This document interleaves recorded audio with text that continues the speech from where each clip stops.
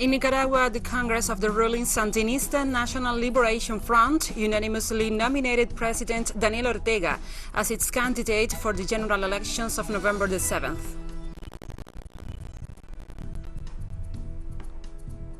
The majority of the Cuban capital has now been fully vaccinated against COVID-19.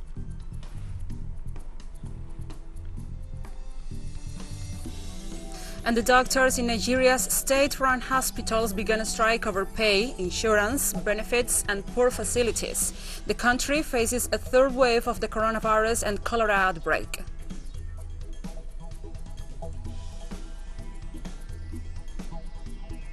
From the headquarters of teleSUR English in Havana, Cuba, this is From the South. I'm your host, Gladys Quesada, and now we begin with this news brief because the Congress of the ruling Sandinista National Liberation Front unanimously nominated this Monday the President of the Republic, Daniel Ortega, as its candidate for the general elections of November the 7th. The organization's assembly also ratified the current Vice President, Rosario Murillo, as the leader's running mate. At the same time, the Sandinista conclave nominated 92 proprietary candidates and an equal number of alternates who will opt to occupy the seats of the National Assembly in the elections. The people of Nicaragua and the Sandinistas militancy recognize in Daniel and Rosario two first-class politicians who have managed to execute a project of transformations unheard of in previous governments. That is why the confidence deposited in them as presidential candidates, argued Congressman Jose Figueroa.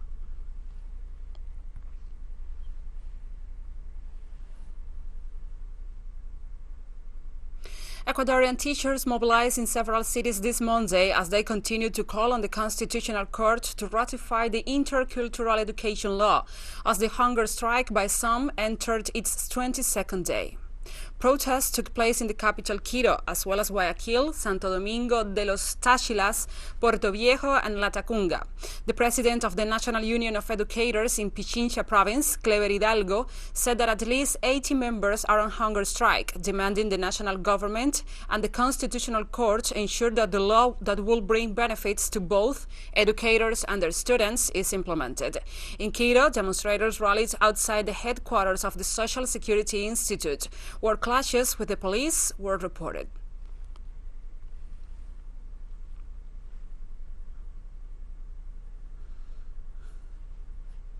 And Guatemala remains in a state of paralysis due to the nationwide strike action by transportation workers. Drivers have blocked highways across the country in rejection of a decree that effectively forces them to purchase a liability insurance policy. They stress that the move compels them to purchase insurance to cover damages to third parties, but does not benefit the owner or crew of vehicles that provide transportation services. Protesters rallied in front of the Constitutional Court in the capital to call for the annulment of the decree.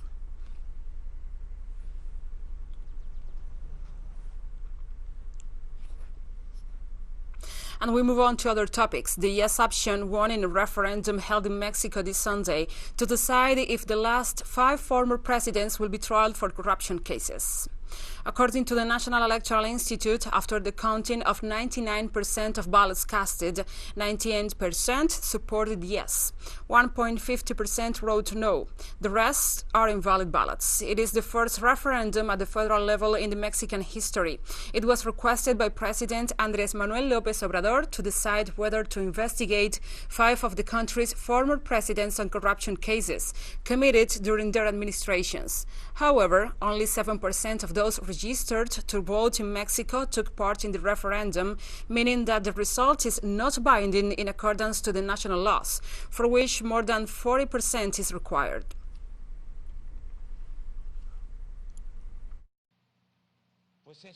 It is a triumph that 6,474,708 citizens, women and men, participated yesterday, regardless of what they decided to vote. Even with all the confusion of the question, people did realize what it was about, because I do not know the percentage, but the majority voted yes, 97%. And during this Monday's press conference, Mexican President Andrés Manuel López Obrador also stated that democracy is the best system of government. Those who do not authentically profess democracy as a way of life, as a form of government, and the media at the service of those against democracy, will say failure. When will democracy fail? Never. It is the best system of government. It is the best method to resolve conflicts, to decide.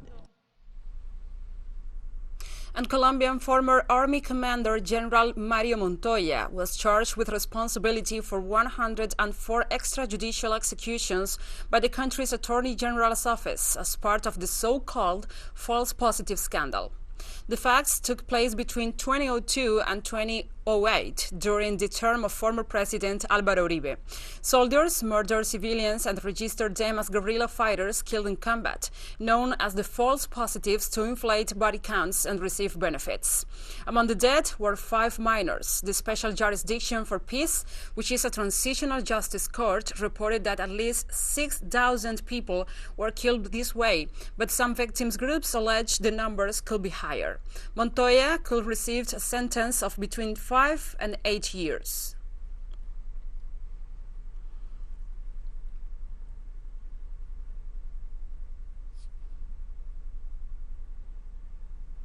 Authorities and social organizations in Bolivia celebrated the Day of the Agricultural, Productive and Communitary Revolution. The agricultural reform was implemented in 1952 with the purpose of distributing the land among the workers to end big estate ownerships. The process was prompted once more during ex-President Evo Morales' mandate, who declared August 2nd as the national holiday of the agricultural revolution. In power, Morales encouraged and set up mechanisms for the mass distribution of land among the rural working sector.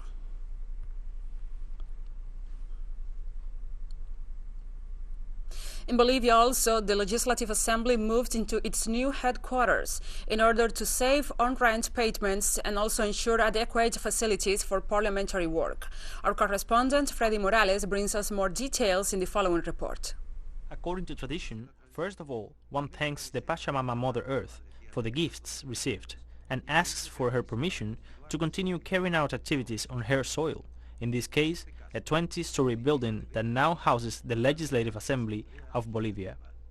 From now on, the legislative work will change. There were fellow deputies who, sadly, I must say, had to attend to their social movement in Murillo Square. Now that's over. That's history. The facility was annexed to the building constructed more than a century ago. Right-wing lawmakers did not attend the inauguration, as them condemned the quality of the new premises, which they described as luxurious. We are very sad that some opposition politicians, some assembly members don't agree with the infrastructure that the assembly and the executive should have, which means that they agree that the state should continue as a tenant. At this moment, we are paying for many offices of the Legislative Assembly in different places. President Luis Arce recalled that this project was also suspended during the administration of the de facto government in 2020, given the interest in showing that the state is inefficient. This is another of the works that the coup government interrupted, like hundreds of thousands of works all over the country that were delayed due to a coup-mongering attitude, because everything that the mass party had done was wrong. Since we returned to the government, we immediately resumed public investment. We have resumed all these works. The head of state hopes that the renovation of the legislative facilities will serve to engage all lawmakers in working for the interests of the country and the majority of the Bolivian people.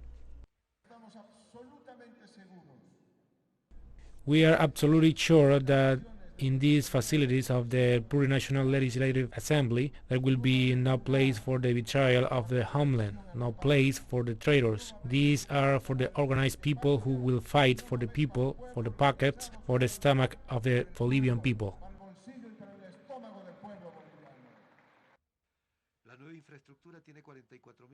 The new headquarters was built across 44,000 square meters on metallic, earthquake-resistant foundations. It consists of 20 floors plus 5 basement levels and cost $70 million. It will replace the 116-year-old former Parliament building. Freddy Morales, teleSUR, Bolivia. We'll be right back after this very short break, so don't go away.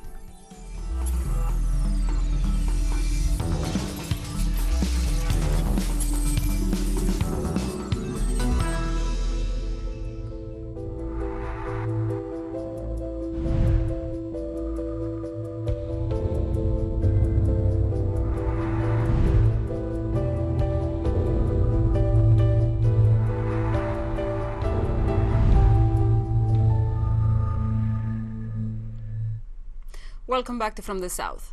The first mass vaccination process against COVID-19 concluded in Havana this Monday.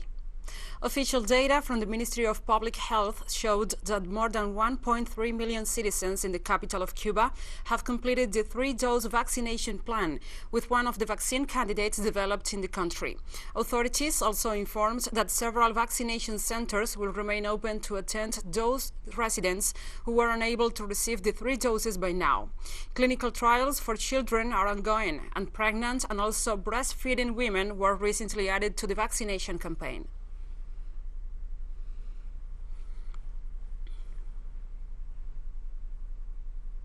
Meanwhile, a shipment with medical equipment donated by the People's Republic of China arrived in the Cuban province of Ciego de Ávila. The donation includes mechanical ventilators and respiratory therapy supplies that will help to tackle the complex situation caused by COVID-19 in the region. Also, the equipment will be distributed in health centers across the province. At the same time, other countries have provided Cuba with fuel and food as the shortages caused by the U.S. blockade intensify. And the Peruvian president, Pedro Castillo's government signed a pending contract to purchase 10 million doses of the Sinopharm vaccine. Epidemiologist and member of Castillo's campaign team, Antonio Quispe, told the local media that the signing of this contract was prioritized during the presidential transition from former head of state Francisco Sagasti to current president Pedro Castillo. The Minister of Health, Hernando Ceballos, stated that the arrival of these doses will help speed up immunization campaign that will be carried out between August and September, as well as fighting a possible third wave of contagion.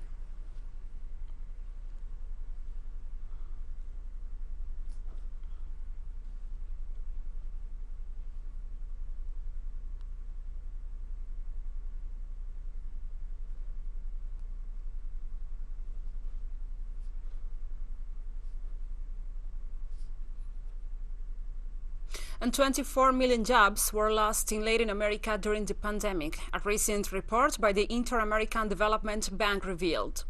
The report highlighted the unemployment situation of women in the region between 2019 and 2020. During this time, female unemployment increased by 32%. Likewise, the IDB explained that last June was the month when the highest figures for female unemployment were registered, reaching 13 million jobs lost due to the health crisis.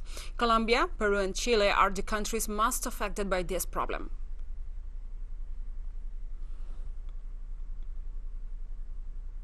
And a heat wave sweeping across southeastern Europe has fanned deadly wildfires in Turkey and threatens Greece's national power grid as authorities struggle to cope with this disaster. Temperatures reach 45 degrees Celsius in parts of Greece and surrounding countries and are forecast to remain at those levels for much of the week. Turkey, which has been fighting deadly wildfires across its coastline for the past 6 days, extended an appeal for international help. The European Union pledged to send air tankers. The fires have killed at least 8 people. Weather experts said the heat wave sweeping southeastern Europe is by no means unexpected and is most likely enhanced by man-made climate change.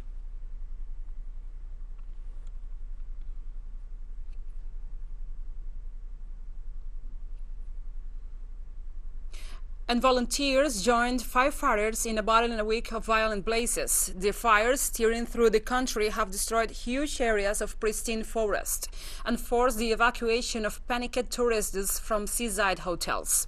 Turkey's Forestry Directorate reported more than 130 fires in dozens of towns and cities.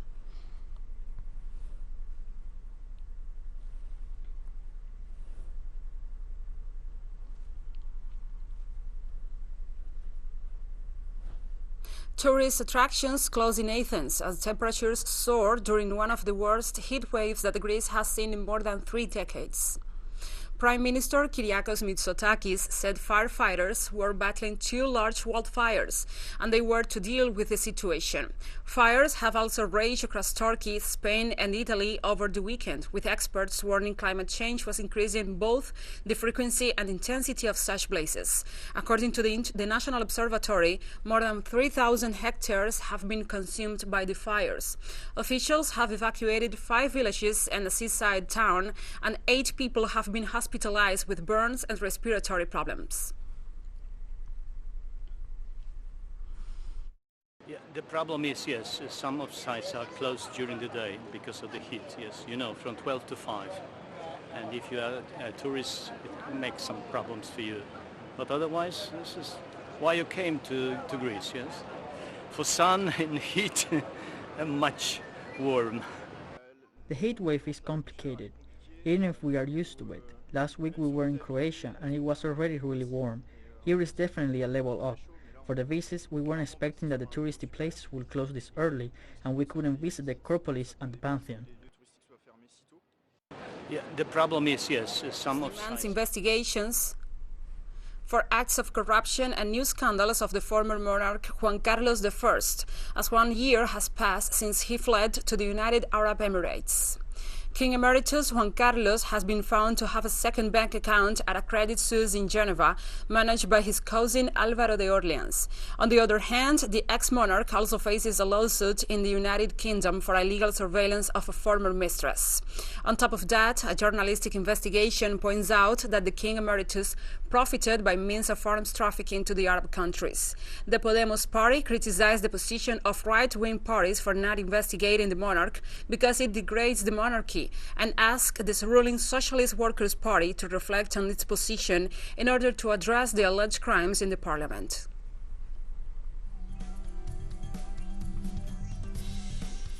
And we have more stories coming up after this final short break.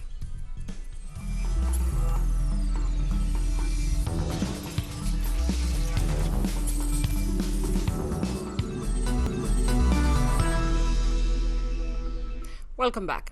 Doctors in public hospitals in Nigeria have taken strike action over pay and inadequate conditions. The strike comes as Africa's most populous country sees a third wave of coronavirus, fueled by the Delta variant as well as a cholera epidemic. The country has a ratio of 2 doctors to every 10,000 inhabitants. They work under extreme conditions in public facilities. Doctors' unions said the strike is to push the government to honor an agreement on pay arrears, hazard allowance, and insurance benefits.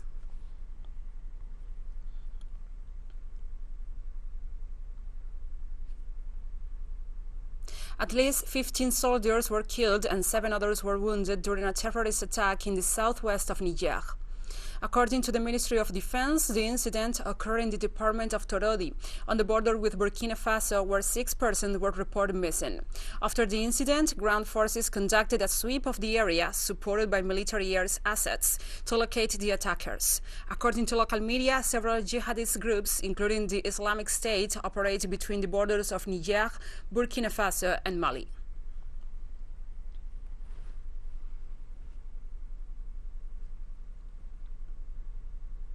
And Iran will respond firmly to any threat against the national security, said a spokesperson of Foreign Affairs Ministry on Monday, after Tehran was accused by the United States, Israel, and the United Kingdom of the oil tanker attack occurred last week in the coast of Oman, in the Arabic Sea.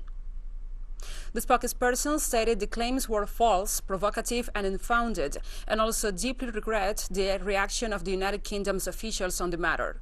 The Foreign Affairs Ministry representative made clear that Iran will respond firmly and without hesitation to any attempt of harm. The attack on the oil tanker, known as Mercer Street, last Thursday left 2 crew members dead. The Japanese-owned vessel was operated by Zodiac Maritime, a company that belongs to the Israeli billionaire Eyal Ofer, and is considered to have been subject of piracy. No official investigation results have linked Iran to the incident so far. Israel should drop the charges against Iran. This is not the first time they have made accusations against Iran. We have witnessed the United States violate relevant agreements many times, and that is the reason why Iran has never had any negotiations with the US based on trust. Lebanese cabinet lineup will not be announced by midweek to coincide with the anniversary of the deadly Beirut port blast, Prime Minister designated Najib Mikati said. The government of Hassan Diab resigned en masse days after the August 4th explosion that killed more than 200 people last year. Mikati, who has already been prime minister twice in the past, was designated on July to form a government after Saad Hariri stepped down. The prime minister hoped to close a deal before the anniversary of the explosion, but Lebanon's political parties are still bickering over portfolios in much the same way that has blocked a new government over the past year.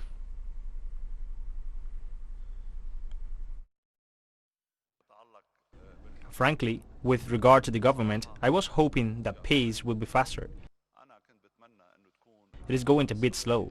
We wanted to form a government and announce it to the Lebanese people before August the 4th. August the 4th is a disaster that fell upon Lebanon and all the Lebanese people. And South Sudan's newly created parliament swore in hundreds of lawmakers, one of the prime conditions of the peace deal that ended the civil war in the eastern Central African nation. After 5 years of rebel and government crossfire and 400,000 deaths, the ceasefire of 2018 put a halt to the violence and required in its basis the formation of a new parliament as a condition for peace.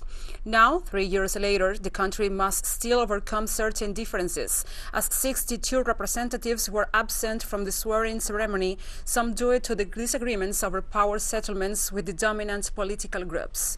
President of South Sudan, Salva Kiir, did not attended the event. The act was nonetheless considered an occasion of unity by Daniel Ortega, deputy of the ruling Sudan's People's Liberation Movement Party.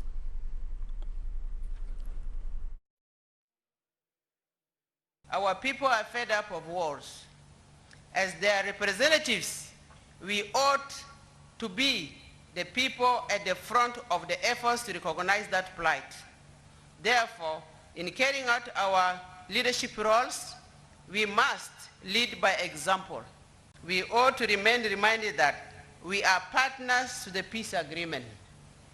Therefore, our guiding principles must include a spirit of cooperation, not competition, mutual understanding and not suspicion, compassion, not hate and jealousy, and peaceful approaches to issues, not conflict over issues.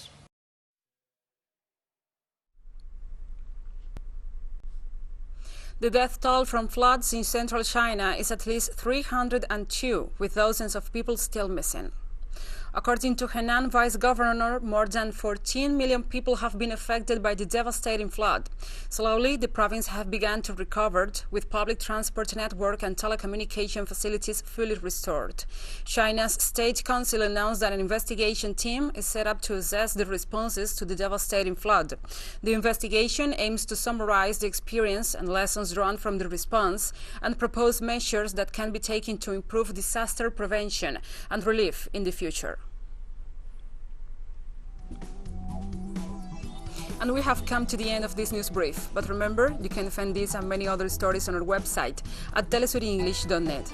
And also, if you feel so inclined, please join us on social media. We are on Facebook, Twitter, Instagram, and Telegram. For Telesur English, I'm your host, Gladys Quesada. Thank you for watching.